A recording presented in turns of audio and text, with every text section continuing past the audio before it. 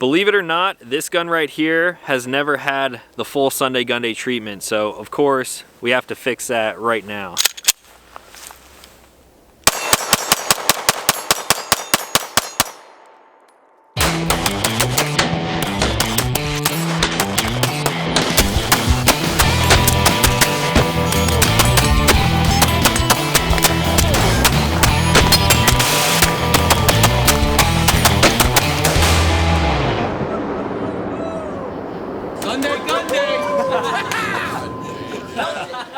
What's going on, everyone? My name is Talon Sei and you are watching Sunday GUNDAY. I hope you're all having a great Sunday so far.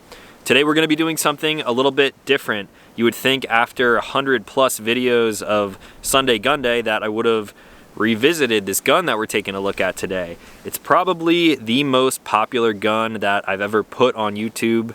I mean, it really is the most popular gun that I've ever put out there. This gun never actually had the proper Sunday GUNDAY treatment. I put this thing together and showcased it in a video over on the main channel, which now has, last I checked, like upwards of 8.5 million views. So people were very interested in this gun at the time that that video came out about 2.5 years ago. We are, of course, talking about my infamous Glock 19 build, and man, there's a lot to talk about here.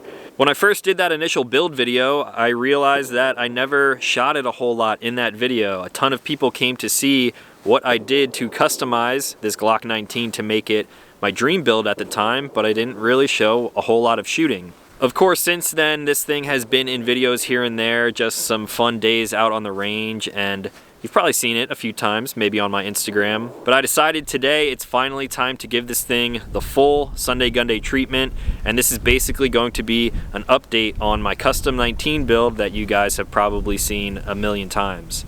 So this is really going to be an off-the-cuff video. I'm just going to give you a breakdown from top to bottom again, everything that I did to this pistol. We're definitely going to shoot it a bunch so you guys can see that, and then I will talk about how this thing has held up after over 1,000 rounds. So this gun started out as a completely stock Gen 4 19, and of course since then it has changed almost entirely. On top I've mounted up an RMR RM07, which is a 6.5 MOA dot. This is a Type 2 adjustable LED, and this RMR is still going strong on its first battery. However, I have been turning this one off when I put it back in the safe for a while. I did use a Trigicon sealer plate on there, so when this thing does get a little bit of moisture in it, should be holding up, and after all these years, it has been. As far as the backup iron sights go, I believe these were Ameriglow sights. It's just a black serrated front post and a completely blacked out rear. Really nothing fancy there, and it co-witnesses fairly well. And then moving down to the slide, this is an Agency Arms Urban Cut.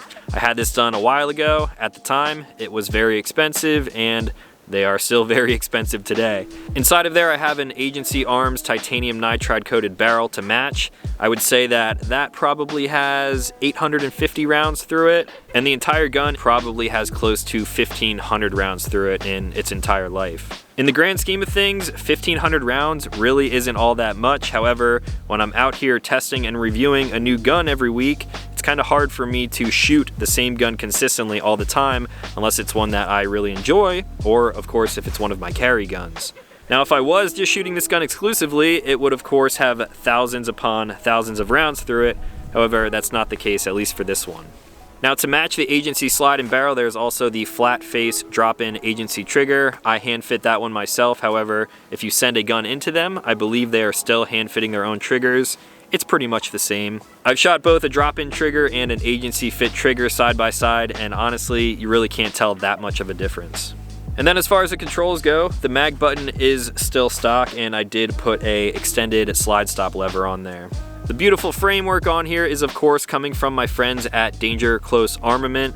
I sent my frame out to them years and years ago. I don't even remember when it was, but this is what started my relationship with them. I visited them in person last summer out in Colorado, and I've become a huge fan of their work because they are some of the best in the business. And as you can tell, their work holds up because this thing is looking pretty pristine even after all of the rounds.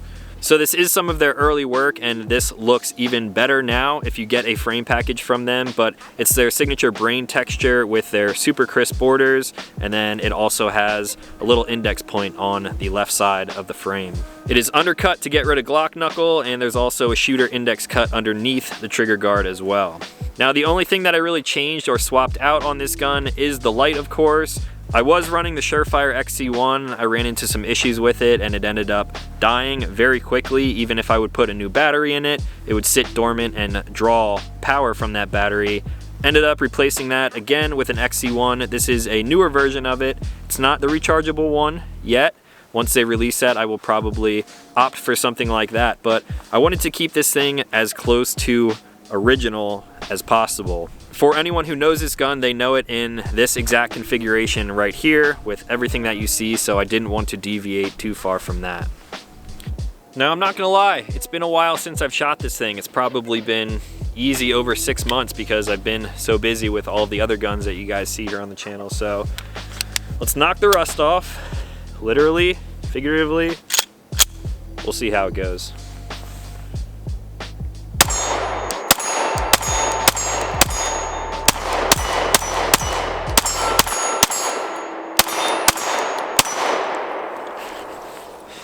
Man, and that just goes to show what you get with very high quality parts like that. I always forget how much of a pleasure this gun is to shoot. I obviously built it to be exactly what I wanted, and the only way that I could even make this more personal is if I design my own slide and put my own texture on it. Everything else on here is what I personally like in a pistol. Do it all pistol for defense, home defense, whatever you see fit. I'm just a really big fan of this thing, obviously.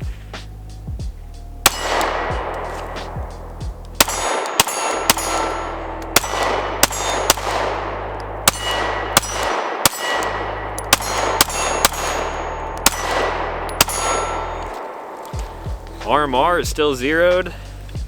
Man, I love this gun.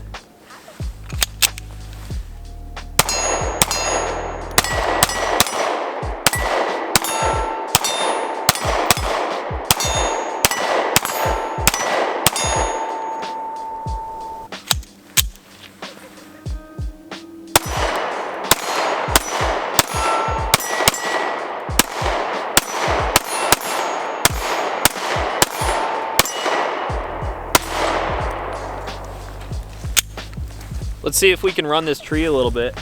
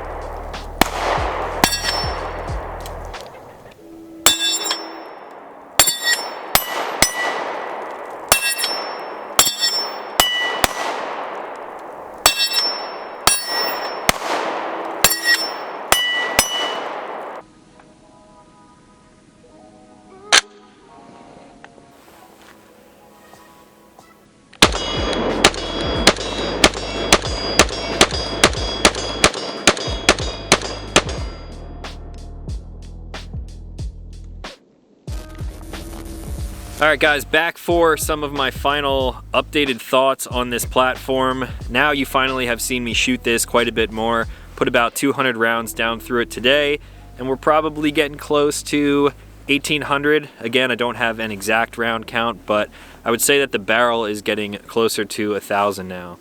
As far as how this thing has held up over time, mechanically everything on this has been pretty much flawless. Occasionally you'll run into a malfunction here or there. I honestly can't remember a single mechanical malfunction. Most of it is just because of me riding the slide stop. The only thing that really happens from time to time is the slide does not lock back, and that's partly due to my pretty high grip. Other than that though, this thing has been mechanically sound. It shoots great. It's one of my best shooting Glocks, hands down. Everyone always wonders about my obsession with the RMR, and this kind of showcases it right here. This thing has been on this gun for its entire life, and it holds zero.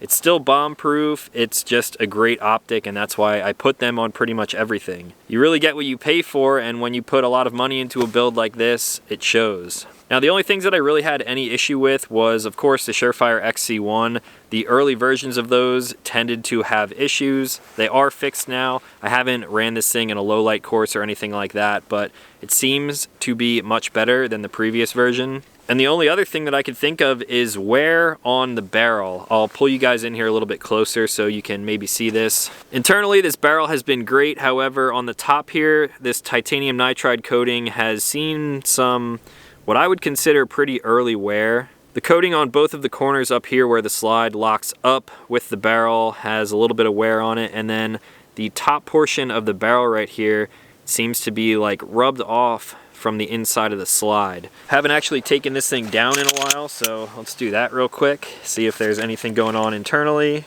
One thing that I did not mention is that this is a Gen 3 guide rod spring. When you get an agency cut like this, at least in the past, they would include this with a little coupler in the front there so you can run this. It replaces a stock plastic or polymer rod, and that has been flawless ever since. This thing is actually fairly clean because I cleaned it before I threw it in the safe last, but yeah, the coating on the barrel doesn't seem like it's the greatest. However, after so many rounds, really can't complain about it.